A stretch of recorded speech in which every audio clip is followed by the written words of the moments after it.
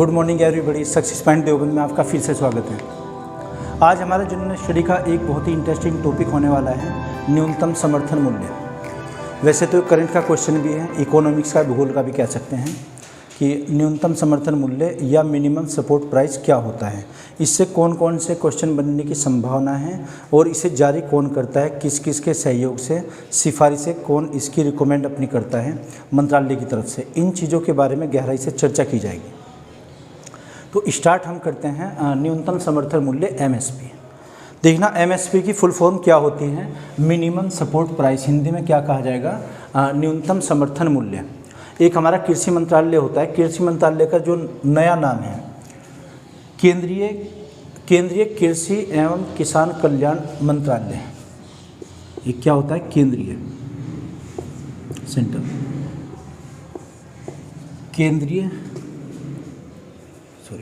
केंद्रीय कृषि एवं कल्याण, कृषि एवं किसान कल्याण मंत्रालय। ये एग्रीकल्चर मिनिस्ट्री होती है, शॉर्ट में अब हम किसे क्या कहेंगे, agriculture ministry.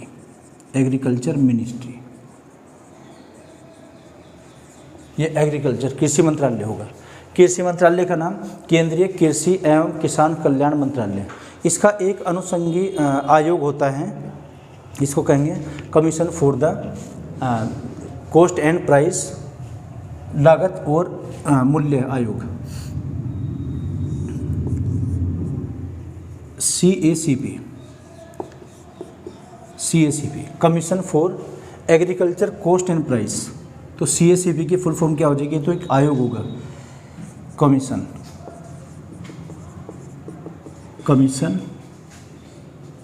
Of agriculture cost and price. Hindi में कहा जाएगा कृषि लागत एवं मूल्य आयोग, कृषि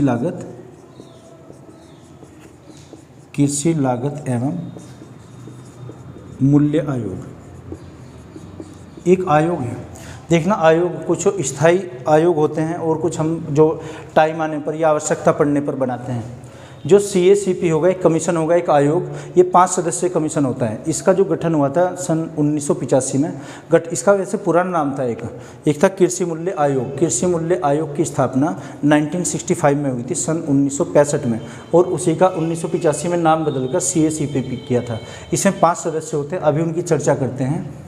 CACP क्या करता है कि केंद्रीय सरकार को अपनी संस्तुति, रिकमेंडेशन या सिफारिशें या परामर्श कह सकते हैं, परामर्श सौंपता है, और इसमें कुछ को आधार मान के, यानी कि किसी कृषि पर या किसी उपज पर कितनी लागत आती है उसको तैयार करने में।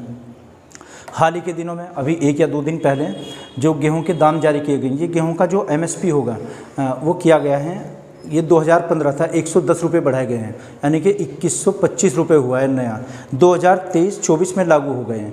जैसे फसलें हमारी 2 प्रकार की होती हैं, एक रबी की फसल होगी और एक खरीफ की फसल होगी। रबी की फसल में क्या आते हैं, जैसे गेहूँ, गन्ना भी आ जाएगा, गन्ना दोनों की फसलें हो जाएगा, गेहूँ, गन्ना, सरसों, राई, तिलहन, है ना, ये किस्में आएंगे, और इसी में चना आएगा और मसूर इसमें आ जाएगा। ये क्या होती हैं, रबी की फसलें। और जो खरीफ की फसलें होंगी उसमें धान, चावल वगैरह ये होते हैं। तो रबी की फसलों से पहले ही, जब उनकी हम बुआई करेंगे, उससे पहले ही सरकार 1 वर्ष में 2 बार MSP जारी करती है, केंद्र सरकार, और उसको सलाह देने के लिए एक आयोग होता है। क्वेश्चन आया है कि MSP 1 वर्ष में कितनी बार जारी होता है, तो आंकड़े 2 बार जारी होते हैं, एक रबी की फसल से पूर्व और एक जो खरीफ की फसल होगी उससे पूर्व आंकड़े जारी होते हैं केंद्र सरकार द्वारा। केंद्र सरकार का कौन सा मंत्रालय, कृषि मंत्रालय, यानी कि कहिए केंद्रीय कृषि एवं किसान कल्याण मंत्रालय। एक मिनिस्ट्री होगी जो फार्मर वेलफेयर मिनिस्ट्री। तो ये क्या करता है, आंकड़े जारी करता है। कब करेगा, 1 वर्ष में 2 बार, रबी से पहले और खरीफ की फसलों से पहले। उसमें कितनी टोटल फसलें होती हैं, 23 भी होती हैं और 25, यानी कभी कभी 25 होती हैं, वैसे 23 होती हैं। अगर एग्जैक्ट आंसर लगाएं कि केंद्र सरकार MSP कितने कृषि उपजों का जारी करता है MSP, तो 2 ये करता है 23 फसलों का। किसके दौरान, एक रबी से पहले और एक खरीफ से पहले। मंत्रालय कौन सा हो जाएगा, केंद्रीय कृषि और कल्याण मंत्रालय। इसके लिए आयोग CACP फुल फॉर्म क्या हो जाएगी, commission for the agriculture cost and price. Cost और प्राइस में अंतर समझिए, पहले शब्दों पर ध्यान देते हैं। कोस्ट एंड प्राइस, इसको हम बोलते हैं लागत और मूल्य। देखना लागत और मूल्य क्या होता है। जैसे ये पेन बना हुआ, तो पेन हमने मार्केट से खरीदा है 15 रुपीज़ का, 15 रुपये का। इसका मतलब है कि इस पर जो कॉस्ट आई होगी, जिस मालिक ने बनाया, जो निर्माता है इसका, इसके निर्माता का इस पर खर्च हुआ है लगभग 10 रुपये, 10 रुपीज़। लेकिन मार्केट में ये बिकता है 15 रुपये का। इस पर 5 रुपये जो एक्स्ट्रा चार्ज बढ़ा है, उसमें कुछ टैक्सेस जोड़ दिए गए हैं। कौन कौन से टैक्स? प्रत्यक्ष कर, अप्रत्यक्ष कर, डायरेक्ट टैक्सेज हैं, इनडायरेक्ट टैक्सेज हैं, और भी ट्रांसपोर्टेशन का खर्च, या इस पर मुनाफा भी कमाया जाएगा, वो भी इसमें इंक्लूड करना है। मार्केट में जो फुटकर विक्रेता बेचता है, जिससे हम खरीद कर लाते हैं, वो तो कितना 15 रुपीज़ का, और मार्केट ये निर्माता का इस पर जो खर्चा है बनाने का, उस पर आए 10 रुपीज़ का। तो जो 10 रुपये का ये पेन बना है, 10 रुपीज़ क्या उसकी ये तो लागत आ जाएगा, और इसने जो 5 रुपये ऐड करके जो विभिन्न खर्चों के पैसा जोड़े इसमें जोड़ा गया, यानी कि जो लगेज जहाँ पर निर्माण हुआ इस पेन का, उस निर्माण केंद्र से बिक्री के केंद्र पर ला गया, तो ये बिक्री कितने की हुई? 15 रुपीज़ की हो जाएगी। इसकी 15 रुपये का ये फाइनली बेचा गया है, और बना कितने का? ये 10 रुपीज़ का। तो जो निर्माण में खर्चा है, इसके निर्माण में खर्चा है, निर्माण के दाम को हम क्या बोलते हैं? कॉस्ट। ये तो क्या हो जाएगी? कॉस्ट, या कहिए लागत। ये तो लागत आएगी। और ये बिक्री कितने रुपए की हो रही है? इसकी सेल बिक्री हुई है 15 रुपीज़ की, प्राइस हो जाएगा। प्राइस हिंदी में क्या कहेंगे? मूल्य। ये मूल्य हो जाएगा। लागत और मूल्य में क्या डिफरेंस हुआ दीपक जी? कि लागत में जो इस पर कॉस्ट खर्च कितना है, जैसे किसान अपना गन्ना उसमें उत्पादित करता है, तो गन्ने 1 कुंतल पर कितना खर्च हुआ है, वो तो लागत हुआ। वो लागत से 1.5 गुने के लगभग हमें मिलना है। एमएसपी उसके 1.5 गुने के लगभग होता है, वो नहीं कि एग्जैक्ट 1.5 गुना ही होगा। 1.5 गुने को हम 150% भी बोल सकते हैं, यानी कि जितना लागत वो तो है ही है, प्लस इसमें 50% लाभ भी जोड़ते हैं। वो कृषि जो मूल्य जारी किया जाता है, न्यूनतम समर्थन मूल्य। तो कॉस्ट में और प्राइस में क्या डिफरेंस हुआ? किसी वस्तु के निर्माण में कितनी लागत आती है, वो कितना खर्च आएगा, वो तो लागत कॉस्ट, और ये बिकेगा कितने का, वो मूल्य होता है। तो मार्केट में हम जो कोई वस्तु खरीदते हैं, उस पर जो हम पेमेंट करते हैं दुकानदार को, वो क्या होता है? वो मूल्य हो जाएगा। और जो निर्माण में इसके ये आया खर्च, वो लागत हो जाएगा। तो कमीशन का नाम क्या है? कमीशन फॉर या of the agriculture cost and price. कृषि लागत एवं मूल्य आयोग, ये किसके लिए काम करता है? केंद्र सरकार के लिए काम करता है। ओके, तो केंद्र सरकार का कौन सा मंत्रालय? कृषि मंत्रालय। अब हम नेक्स्ट टाइम इसको सरकार कहेंगे, इस मंत्रालय को सरकार, केंद्र सरकार। तो 1 वर्ष में 2 बार होता है, लेकिन इसका जो पुराना नाम था, ये एग्रीकल्चर प्राइस कमीशन, एपीसी, है ना? क्या आ जाएगा? APC, agriculture price commission. Simple भाषा में क्या बोलते थे इसे? कृषि आयोग, यानी कि कृषि मूल्य आयोग। ये क्या हो जाएगा? कृषि मूल्य आयोग। कृषि मूल्य आयोग। कृषि मूल्य आयोग की जो स्थापना थी सन 1965 में हुई थी, 1965 में। इसी का नाम बदलकर फिर किया गया 1985 में, नाम चेंज हो गया था सीपीएफ। ये नाम क्या था पहले इसका? एपीसी, एग्रीकल्चर प्राइस कमीशन, कृषि मूल्य आयोग या कृषि आयोग। सिंपल भाषा में 1965 में स्थापना हुई, 1985 में इसी का नाम हुआ CACP, commission for the agriculture cost and price. ये इसका नया नाम है। और जब पहली बार गणना हुई थी MSP की, जो MSP जारी किया था इसने, MSP मिनिमम सपोर्ट प्राइस, ये 1966 में हुआ था। ये क्वेश्चन है कि न्यूनतम समर्थन मूल्य कब जारी किया सबसे पहली बार? तो ये किया गया 1966 में। किसने किया? कृषि आयोग ने। अब नया नाम बदलकर इसका ये कर दिया गया। अच्छा, तो ये आयोग क्या करता है कि 1 वर्ष में सरकार को अपनी रिपोर्ट सौंपता है 2 बार, ये रबी की फसलों से पहले और खरीफ की फसलों से पहले। क्वेश्चन ये आया हुआ है कि क्या आयोग की समस्त सिफारिशें, सभी संस्तुति या सिफारिश या परामर्श कह सकते हैं, सलाह कह सकते हैं इंग्लिश में, रिकमेंडेशन, अपनी रिकमेंडेशन, जो आयोग ये केंद्र सरकार को अपनी रिकमेंडेशन भेजता है, सिफारिशें भेजता है, क्या वो सरकार पर बाध्यकारी होती है? नहीं होती। अगर ये आयोग कहता है कि गेहूं का दाम, जैसे गेहूं का दाम अब कितना 2125 रुपये है, अगर ये कहता है कि गेहूं का दाम 2000 होना चाहिए, क्या सरकार इसकी बात मानने के लिए मजबूर है या नहीं? नहीं है, कंपलसरी नहीं कोई है कि सरकार या मंत्रालय इसकी बात को माने या इसकी सिफारिश को अप्लाई करे। हाँ, ज़्यादातर ऐसे होता है कि कोई आयोग इसी के लिए गठित किया गया है। लेकिन अगर क्वेश्चन ये बनता है कि क्या आयोग की रिकमेंडेशंस या सिफारिशें सरकार पर बाध्यकारी होती हैं क्या मंत्रालय पर? नहीं होती। इसका आंसर नहीं होगा। कि वो बाध्यकारी नहीं होती। हालांकि मानती है सरकार बात उसकी, लेकिन बाध्यकारी रूप से नहीं। हाँ जी, ऐसे ही तो ये तो इसका नया नाम हुआ। तो 1 वर्ष में कितनी बार रिकमेंडेशन करता है? 2 बार। 1 वर्ष में 2 बार। 2 बार कब करेगा? एक तो रबी की फसल से पहले, रबी, और एक खरीफ की फसल। खरीफ रबी की फसल में सबसे मुख्य आप मानिए गेहूं की फसल। गेहूं की फसल जब बोना स्टार्ट करेंगे उसके लिए खेत तैयार किए जाएंगे। देखना कि तो वर्तमान में आज देखते हैं गेहूं की फसल बोई जाएगी दिसंबर में। हमारे यहाँ पर सहारनपुर ज़िले में दिसंबर या जनवरी में होता है। तो दिसंबर से पहले अब क्या है? अक्टूबर है ना, अक्टूबर, नवंबर, दिसंबर, 1 महीना 1.5 महीना पहले गेहूं इनके दाम जारी कर दिए गए। तो किसी भी जो रबी की फसल का कॉम्बिनेशन होगा उसकी फसल से पूर्व ही, और खरीफ की फसल की बुआई से पूर्व ही, ना कि हार्वेस्टिंग से पूर्व। हार्वेस्टिंग का मतलब होता है किसी फसल को काटना। तो खरीफ में क्या आ जाएगा? धान या चावल आ जाएगा। धान, एक तो धान की फसल से पहले जारी किए जाएंगे मूल्य, और एक किए जाएंगे रबी की फसल से पहले। फिर इसमें क्या होता है, जो मंत्रालय हैं, कुछ मंत्रालय के लोग होते हैं, और इसमें फिर जैसे कल या परसों प्रधानमंत्री जी ने जो घोषणा की है, वो एक मंत्री परिषद का पैनल बनाया उन्होंने, मंत्रिमंडल की एक समिति थी। तो उनकी सबकी सिफारिशों के बावजूद उन्होंने ये घोषणा की है कि गेहूँ का दाम इतना होगा। इस बार गेहूँ पर 110 रुपये बढ़ाए गए हैं। और ये तो दाम कौन सा? सरकारी दाम कहते हैं इसे, यानी कि जो MSP होगा ये तो सरकारी दाम होता है कि मार्केट का दाम हमेशा इससे ऊपर ही होगा। अब इसके बारे में चर्चा करते हैं। आप अगर ये चाहें तो इसे नोट कर लीजिए दीपक जी। आप मैं गर्म पानी पीते रहूँ साथ साथ।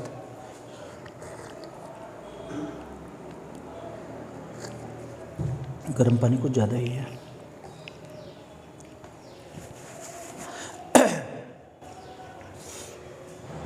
नोट कर लिया? अच्छा, तो नीचे वाले को हम हटा देते हैं। ये तो कमीशन का नाम पता ही है ना। और ये APC 1 वर्ष में 2 बार, रबी और इससे पहले। ओके, देखना जो आयोग होगा, क्वेश्चन आया हुआ कि आयोग का संगठन कैसा होता है। संगठन का मतलब ये होगा इसमें कौन कौन लोग शामिल होते हैं। ये 5 सदस्यीय एक आयोग होता है ना। इसमें 5 मेंबर्स होंगे। कौन कौन होंगे? जिसमें से एक अध्यक्ष भी होगा, एक सचिव होगा, और एक सरकारी कोई पदाधिकारी, और 2 गैर सरकारी होती हैं, लेकिन वो कृषि जानकार होने चाहिए। इसका संगठन, कंपोजिशन, संगठन, इसमें कौन कौन लोग शामिल होते हैं? किसमें? आयोग में।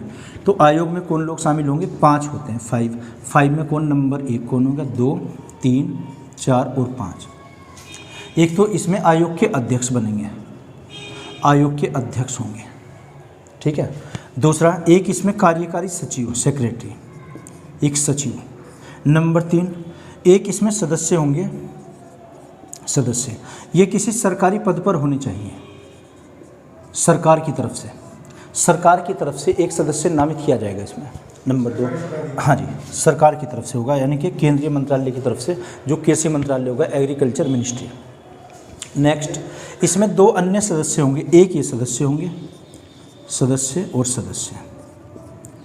ये गैर सरकारी होंगे, नॉन गवर्नमेंटल, गैर सरकारी, गैर सरकारी सदस्य। एक तो ये होंगे और ये भी गैर सरकारी होंगे। तो इसमें 5 सदस्य संगठन होगा। ये 5 सदस्य संगठन ये किसके आधार पर लगाते हैं? उसमें A2 और F1Y एक शब्दावली, उसको छोड़िए और ज़्यादा ही कॉम्प्लिकेटेड हो जाएगा। इसमें क्या करते हैं, जैसे गेहूं का दाम कितना घोषित हुआ है, कुछ वस्तु के आपको दाम लिखवाए जाएंगे। पहले कितना था? 2015, इसमें 110 रुपये जोड़े गए हैं, तो बराबर 2125 रुपये दाम होगा 2023 और 24 में। ये 2023 और 2024 का आंकड़ा है। नेक्स्ट ईयर जब गेहूं बोया जाएगा उसका एक घोषित कर दिया गया पहले कि अगली बार जब सरकारी रेट पर बेचा जाएगा गेहूं, वो ऐसे बेचा जाएगा। फिर इस गेहूं को कहाँ लेकर जाएंगे, खाद्यान्न को, अभी उसमें चर्चा करते हैं। तो जो 2125 रुपये घोषित हुआ है, ये किस आधार पर? ये जो पैनल होगा, इसमें आयोग होगा। मानव जी देखो, जो आयोग होगा, ये आयोग क्या करता है? आयोग उन पहलुओं को देखता है कि 1 कुंतल पर लागत कितनी आई है। जो 1 कुंतल गेहूं खरीदेगी सरकार, किसान से खरीदेगी 2125 रुपये में, इससे कम पर नहीं खरीद सकती। कोई भी इससे कम पर नहीं खरीदेगा, वो अपराध हो जाएगा फिर एक कानूनी, क्योंकि सरकारी रेट जारी हुए हैं। मार्केट का रेट हमेशा इससे ज़्यादा ही होगा। 2125 पर खरीदा जाएगा। ये रेट कहाँ से निकाला गया? इसमें कुछ चीज़ें देखी गई। क्या? ये जो आयोग होगा ये किसका आंकलन करेगा कि इस पर लागत कितनी आई है। 1 कुंतल गेहूं पर लागत, 1 कुंतल जो गेहूं पैदा किया किसान ने, इस पर लागत कॉस्ट कितनी है, लागत और प्राइस के बारे में भी चर्चा की थी ना, कॉस्ट एंड प्राइस। तो प्राइस क्या होता है, जो कोई वस्तु मार्केट में हमें जिस रेट से मिलती है, मूल्य कहते हैं जिसका। कॉस्ट में, लागत में जब कुछ ये प्रत्यक्ष कर और अप्रत्यक्ष कर शामिल होते हैं, अब वो मूल्य बन जाता है। आया ना समझ। तो 1 कुंतल गेहूं को उत्पादन करने में कि कितनी लागत आई है, जैसे उसमें मजदूरी कितनी लगी है, श्रम कितना लगा है, मजदूर करने पड़ेंगे। उसमें सिंचाई का खर्च कितना है, खेत में हमने उत्पादित किया तो सिंचाई वहाँ पर होगी, सिंचाई का कितना लगा है खर्च, है ना। और वहाँ पर बीज का खर्च कितना है, उसमें बीज कितने पैसे का लगे। दूसरा वहाँ पर उर्वरक कितने डाले उन्होंने, हाँ उर्वरक खाद वगैरह जो डालते हैं। और एक और कंपोनेंट आएगा इसमें कि जो बीज हैं और उसमें फसल हमने प्लोइंग की, इसकी बाद में उसकी सेफ्टी के लिए जैसे कीटनाशक वगैरह कुछ भी डालते हैं, इनका अन्य खर्च ये कितना है, एक इसमें अन्य खर्च भी जुड़ जाएगा, अन्य। बाद में एक और कंपोनेंट जो हमने श्रमिक उसमें मजदूर लगाए हैं खेत में 1 कुंतल गेहूं के लिए, एक तो मजदूर लगे, दूसरा किसान को भी तो लगना पड़ता है। किसान अपनी कॉस्ट नहीं जोड़ता उसमें। मान लीजिए हम किसान हैं तो हम उत्पादित अगर गेहूं का उत्पादन करते हैं, 1 कुंतल में कितने खर्च, वो मजदूरी और सारा कुछ तो जोड़ लिया, लेकिन हमने भी तो काम किया ना खेत में। हमने जो काम किया, पारिवारिक पारिश्रमिक वर्ड आता है इसके लिए, पारिवारिक। परिवार के कितने सदस्य, परिवार के, है ना, परिवार को पारिवारिक, परिवार ही लिख दे रहे हैं, परिवार के परिश्रमिक, परिश्रमिक जो परिवार के मेंबर हैं उन्होंने कितना किया, तो उनकी भी कॉस्ट जोड़ी जाएगी। इन सब के आधार पर ये लागत हुई, इन सब कंपोनेंट को जोड़कर, है ना। जो आयोग होगा इन सब पहलुओं को देखता है कि न्यूनतम मजदूरी कितनी है। अगर हम न्यूनतम मजदूरी की बात करते हैं, एक श्रमिक को हमें कितना देना पड़ेगा, जैसे मनरेगा के तहत कितना रुपया लगता है, 204 रुपये, तो एक मजदूर कम से कम इतने पर आएगा, उससे कम उसे मजदूरी नहीं दी जाएगी। अगर 1 कुंतल में वहाँ पर 10 मजदूर लगते हैं तो 10 गुना 204, तो लगभग 2000 रुपये यही बैठ रहे हैं ना, 2016-20। तो क्या होगा, वो सारा कॉस्ट इसमें लागत में आ जाएगी, प्लस उसमें जो भी खाद सिंचाई का जो भी कार्य है, पारिवारिक परिश्रमिक भी हमने जोड़ दिया। इस लागत में जो आए हैं, मान लीजिए 1000 रुपये लगे हैं। दीपक जी ध्यान से समझिए आप, ये 1000 रुपये की कॉस्ट आई है। खेत में हमने 1 कुंतल गेहूँ, ये जो है ना, अब ये देखिए कॉस्ट कहाँ से आएगी। गेहूँ का जो कल दाम जारी हुआ है 2125 रुपये, ये कहाँ से आएगा, तो ये किसानों के लाभकारी है या नहीं, इसकी कैलकुलेशन समझिए आप। मान लीजिए 1000 रुपये में गेहूँ तैयार हुआ है, इतनी लागत आती है। अब इसका कम से कम 1.5 गुना, 1.5 मल्टीपल, इतने गुना पर MSP जारी किया जाएगा। 1.5 गुना का मतलब कहिए 150%। इसका आधा कितना हुआ, 1000 में अगर हम जोड़ते हैं, 1000 में 500 रुपये और जोड़िए, आधा 500 रुपये, ये है ना, ये तो आधा हुआ, सॉरी, पहले तो 100 गुना जोड़िए आप, 1000 का 100 गुना तो 1000 ही होगा, 1000 ही है, प्लस इसका आधा 1.5 गुना हो जाएगा। अभी ये जो 1500 रुपये हमने इसमें ऐड कर दिया, अब कितना है, 2500 रुपये होना चाहिए। अगर 1 कुंतल गेहूं पर खेत को तैयार करने में पूरा लागत आई है 1000 की, अगर 1000 की लागत है, कम से कम उसका न्यूनतम समर्थन मूल्य 2500 रुपये होना चाहिए। किसानों का ये कहना है, वेस्टर्न यूपी की बात हो रही है, कि ये जो लागत है ये 1000 से भी ज़्यादा पर, ये 1080 या 1100 के लगभग पड़ती है लागत। 1100 में उसका 1.5 गुना जोड़िए, 1100 कितना हुआ, 2200, 2200 में 550 और जोड़िए, तो 2750 रुपये लागत होनी चाहिए। कल जो जारी हुए हैं ये 2125, अगर पिछली बार का देखें वो 1500 में फिर सब्सिडी दी गई थी वहाँ पर कुछ उसमें एक्स्ट्रा इसकी तरफ से, तो ये 1.5 गुना तो ये भी पूरा नहीं है।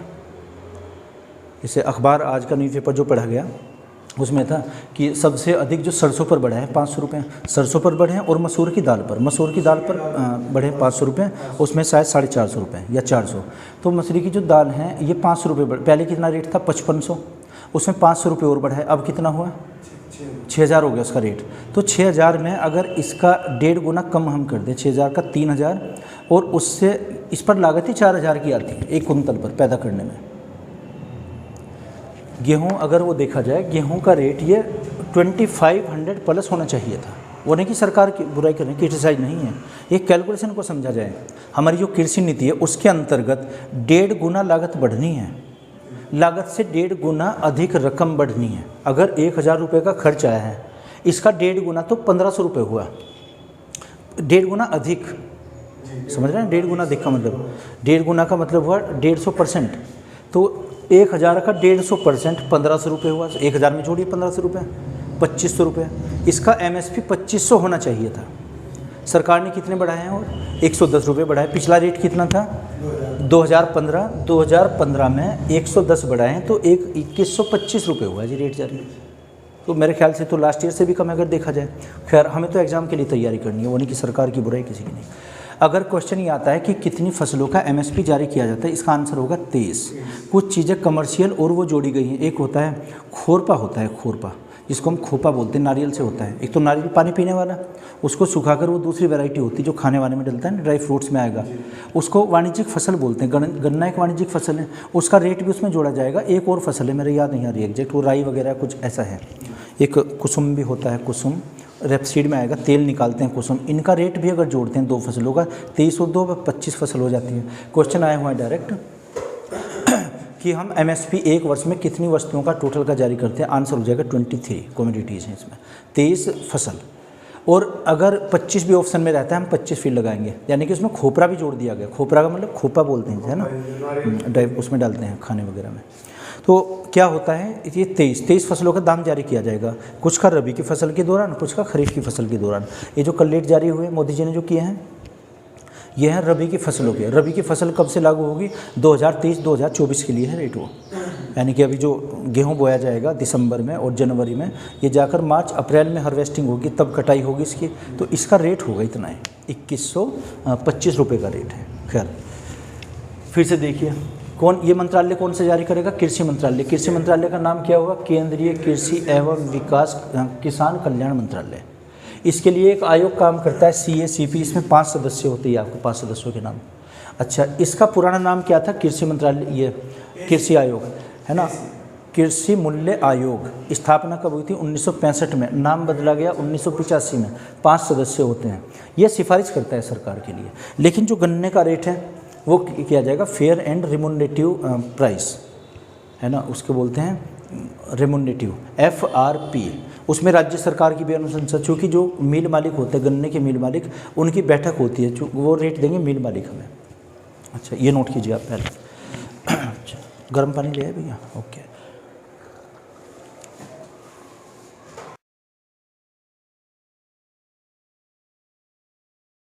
$305, लेकिन हमें मिलता है 350। गन्ने के रेट के लिए एक और भी है इसमें, fair and remunerative price. Fair remunerative, REMUNRITIV, remunerative price. Hindi में कहेंगे इसको उचित लाभकारी मूल्य। उचित लाभकारी मूल्य, उचित लाभकारी मूल्य, ये क्या होता है। इसमें राज्य सरकार की भी वो रहती है अनुशंसा, और एक जो मिल मालिक हैं उनकी एक मीटिंग होती है। अगर क्वेश्चन ये आता है कि गन्ने का जो रेट जारी किया जाता है किसकी अनुशंसा पर, उसमें FRP का भी रोल रहता है। फिर FRP अपनी रिपोर्ट फिर इसे सौंपता है, फिर केंद्रीय मंत्रालय द्वारा ही जारी किया जाएगा वैसे तो, लेकिन राज्य सरकार का अधिक रोल रहता है उसमें, मिल मालिकों का भी रहता है। तो क्वेश्चन है कि FRP किससे संबंधित है, शुगर कैन के लिए, गन्ने के लिए। भारत में सबसे अधिक गन्ना कहाँ उत्पादित होता है, उत्तर प्रदेश में। दूसरे नंबर पर फिर महाराष्ट्र आ जाएगा, और भी ब्राज़ील में भी होता है विश्व स्तर पर अगर देखें तो। ये कृषि मंत्रालय, ये उसके आयोग हैं जो इसके लिए रिपोर्ट तैयार करते हैं, ये अनुशंसा करेंगे, इसकी सिफारिश करेंगे। अच्छा, इसको हटा देते हैं, नोट करना है तो नोट कीजिए। अच्छा, तो जैसे सरकार ये घोषित करती है, कुछ के मैं दाम बता दूं आपको। जैसे गन्ने का दाम, गन्ने का 305। गेहूं का जो पुराना दाम था कितना, 2015, इस पर कितने बढ़ाए गए हैं, 110 रुपये बढ़ाए गए। अब ये रेट 2125 हो जाएगा, 2125। मसूर का, जो मसूर की दाल होती है, मसूर का जो दाम था 5500 रुपये, इस पर सबसे अधिक बढ़ाए गए हैं कितने, 500 रुपये बढ़ाए गए। तो नया रेट कितना आ जाएगा, 6000 रुपये। सरसों का जो दाम था 5050 और 400 बढ़ाए गए उस पर।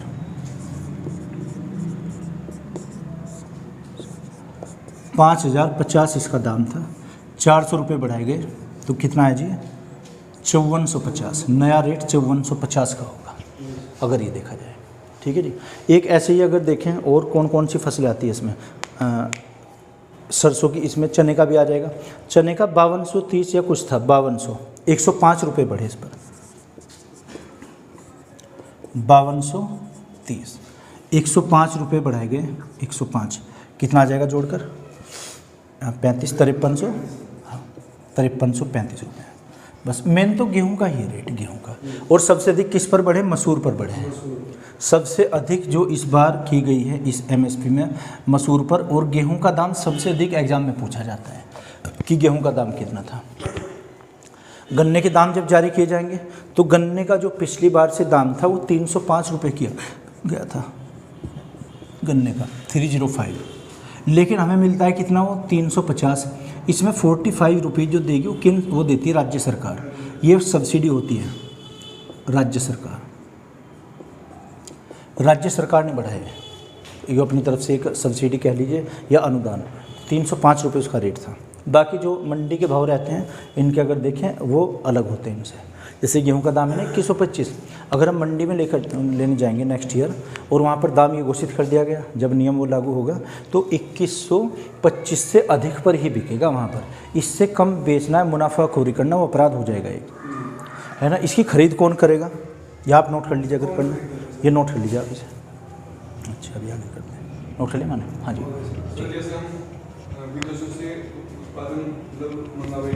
उत्पादन केंद्र सरकार के हाथ में होगी वो प्राइस लगाना या नहीं, आपको भी तो पहले से ही कैसे नहीं, जैसे हम बाहर से आयात करेंगे किसी उत्पाद का तो उसका प्राइस कौन डिफाइन करेगा? नहीं, वो तो करेगा, वो एक विदेश नीति होती है, वो एक अलग है उसका, विदेश नीति का। हम कहाँ से आयात करेंगे ये करेंगे, वो विदेश मंत्रालय के डिपेंड करता है। फिर भी जो ये इंटरनेशनल प्राइस एक होते हैं वो WTO के, वर्ल्ड ट्रेड ऑर्गेनाइजेशन के, विश्व व्यापार संगठन होता है, वो रेट अलग हैं। लेकिन यहाँ के अगर देखते हैं कि भारत में जो रेट ये जारी हुआ है इससे कम दाम पर नहीं खरीदेगा। किसान के पास गेहूं उत्पादन हुआ है, उसको बेचना चाहता है तो सरकार की मंडी होते हैं, वेयर हाउस होते हैं बड़े बड़े, एक FCI होता है, फूड कॉरपोरेशन ऑफ इंडिया। इसका क्या कार्य होता है, सरकार के लिए खरीद का कार्य करती है।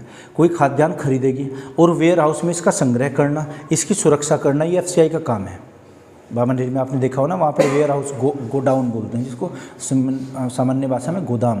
तो गोदाम में क्या करते हैं, अपना हम स्टोर रखते हैं खाद्यान्न FCI का, और फिर वहाँ पर जो सरकारी गल्ले की दुकान होती हैं, PDS public distribution system, quota बोलते हैं जिसे, है ना, गांव में सरकारी गल्ले की दुकान, वो वहाँ पर कुछ योजनाएं चलती है, अन्नपूर्णा योजना, अंत्योदय अन्न योजना, उनके तहत फिर वो डिस्ट्रीब्यूट किया जाता है, राशन कार्ड बनते हैं, तो सरकार वहाँ ले जाती है उसे और खाद्यान्न अपने पास सुरक्षित रखती है। तो आगे देखते हैं, ये नोट कीजिए इसके जो भाव लिखे हैं आपने, बस इसमें 2-3 इम्पोर्टेंट हैं, गेहूँ और जो सबसे अधिक बढ़ोतरी हुई है, बस। अच्छा, तो मानव जी ये जो कार्य होगा ये तो आयोग का होगा, आयोग सिफारिश करता है ना। पहले भी आपको बताया कि आयोग की सिफारिशें सरकार के लिए बाध्यकारी होती नहीं होती, वो जरूरी नहीं कि सरकार आयोग की बात मानती है। और आयोग में कितने सदस्य होंगे, 5 सदस्य होते हैं। ओके, देखिए सरकार ने ये खाद्यान्न जैसे गेहूँ ये जारी कर दिया MSP, मिनिमम सपोर्ट प्राइस। अच्छा, एक ये होगा FCI, food corporation of India, और एक होगा PDS, public distribution system, food corporation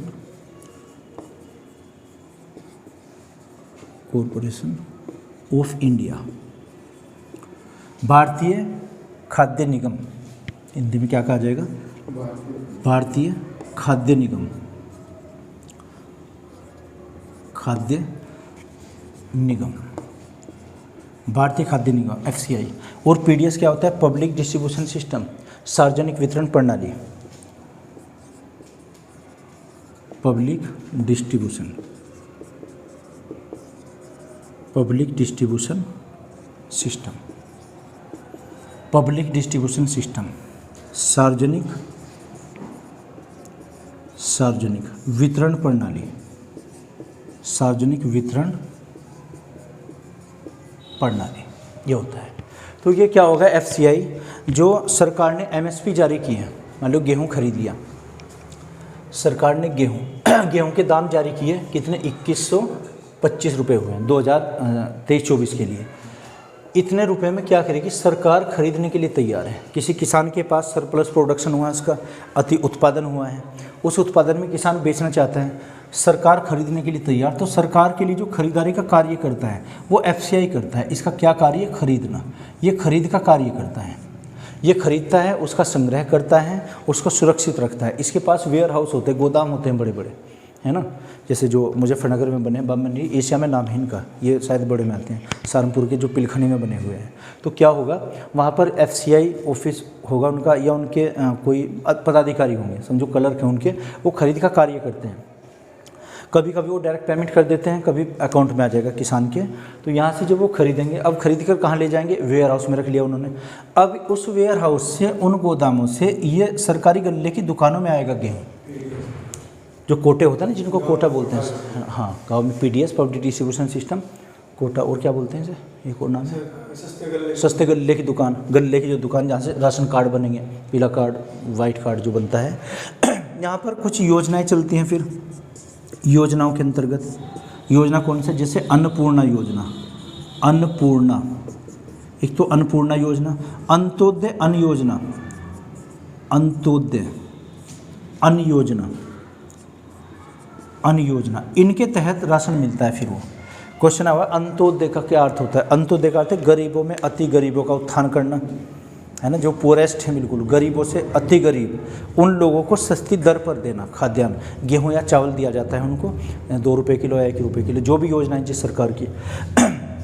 तो अंत्योदय अन्न योजना के तहत या अन्नपूर्णा योजना के तहत वो कहाँ से आएगा? खाद्यान्न, चावल और गेहूँ, वो इससे आएगा। यानी कि जो सरकार ने खरीदा है, सरकार ने हमारे से खरीदा फसल कटने पर 2125 रुपये में, अब सरकार उसे अपने गोदामों में करेगी। खरीदने का कार्य कौन करता है? खरीद बिक्री का एफसीआई। और वहाँ से जो वितरण करता है उसके पास एक पीडीएस, पब्लिक डिस्ट्रीब्यूशन सिस्टम, सरकारी गल्ले की दुकान, कोटा जिसको सामान्य भाषा में कहते हैं। तो यहाँ पर ये योजनाएँ चलती हैं, ये उसकी वो होते हैं जो केंद्र सरकार के या राज्य सरकार की तरफ से।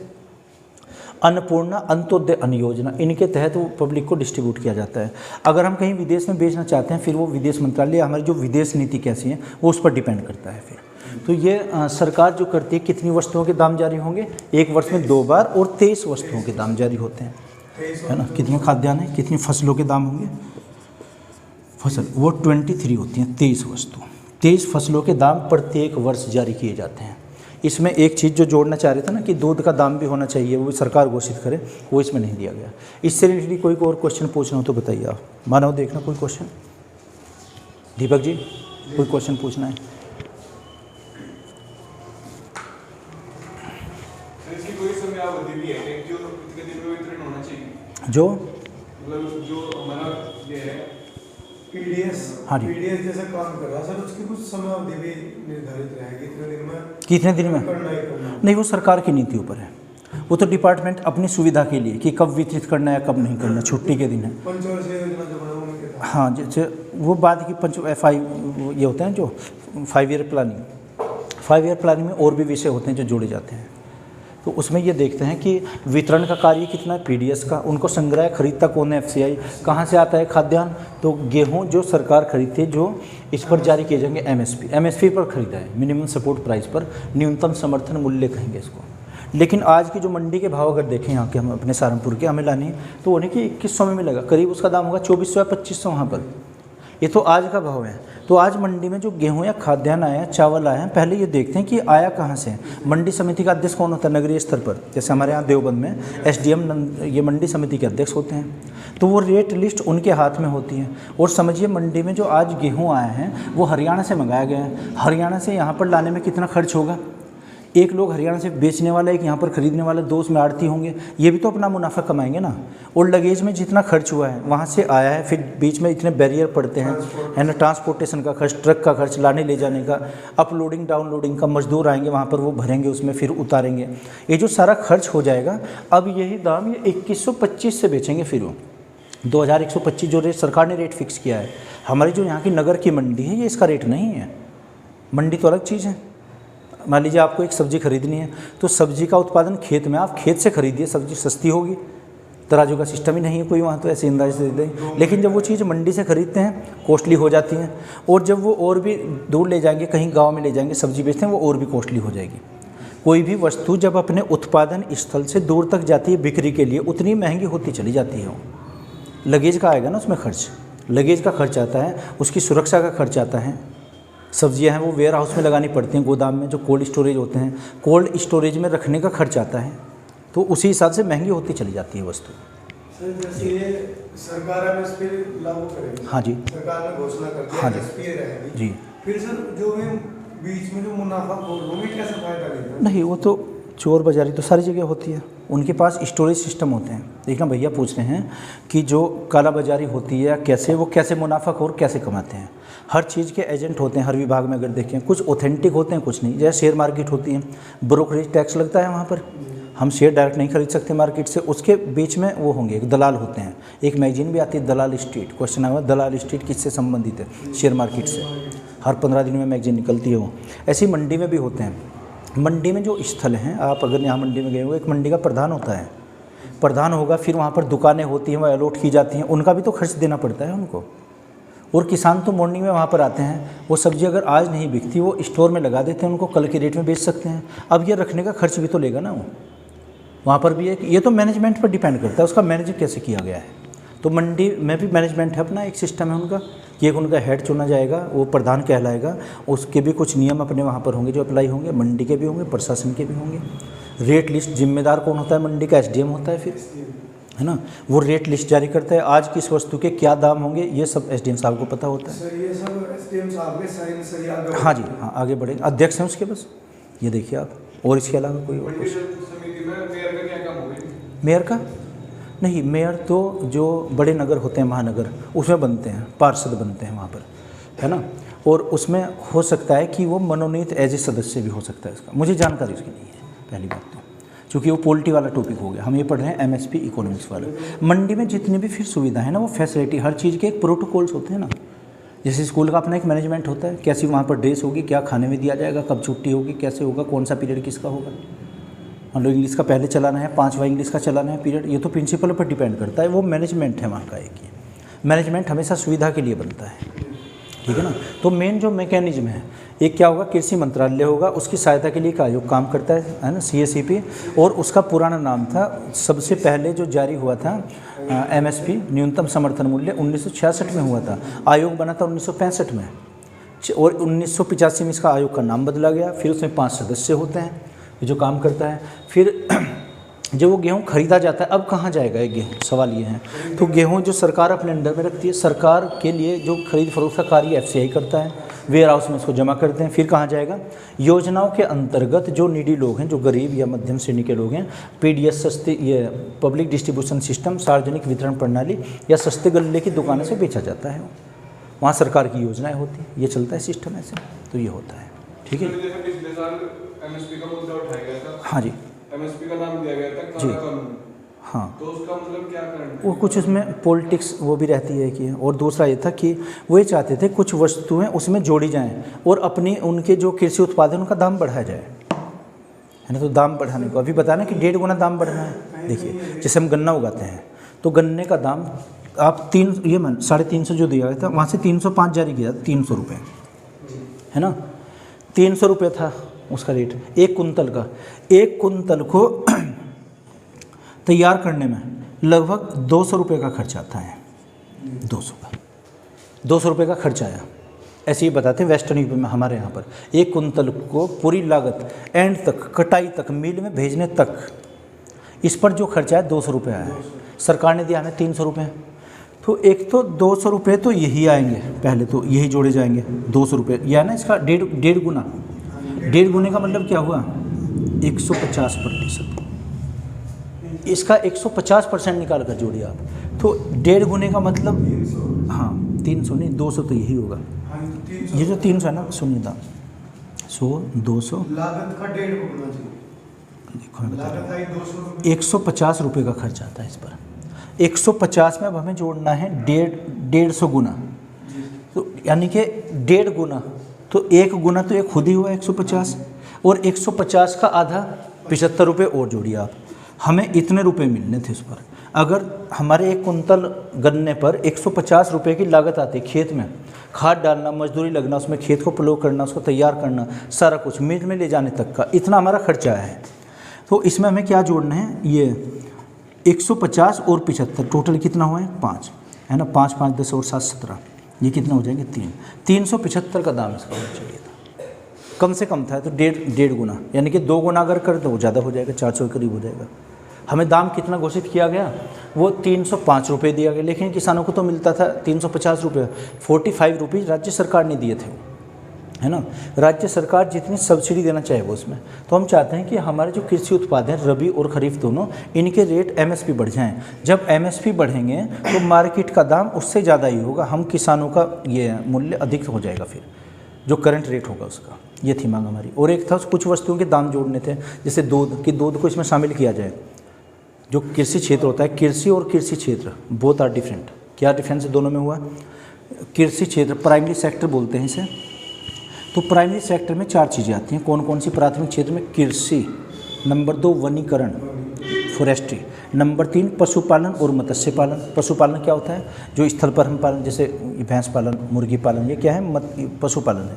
मत्स्य पालन में जो हम जल के अंदर करते हैं, जैसे मछली पालन, केकड़ा पालन, मेंढक पालन, मगरमच्छ पालन, है ना, ये क्या हो जाएंगे? ये एक्वाटिक हो जाएंगे, सभी मत्स्य पालन। तो कृषि क्षेत्र में 4 चीज़ें कौन कौन सी? समस्त कृषि, समस्त वनीकरण, समस्त पशुपालन और मत्स्य पालन, इनको एक ही गिनेंगे। और ये एक आ जाएगा उसमें खनन।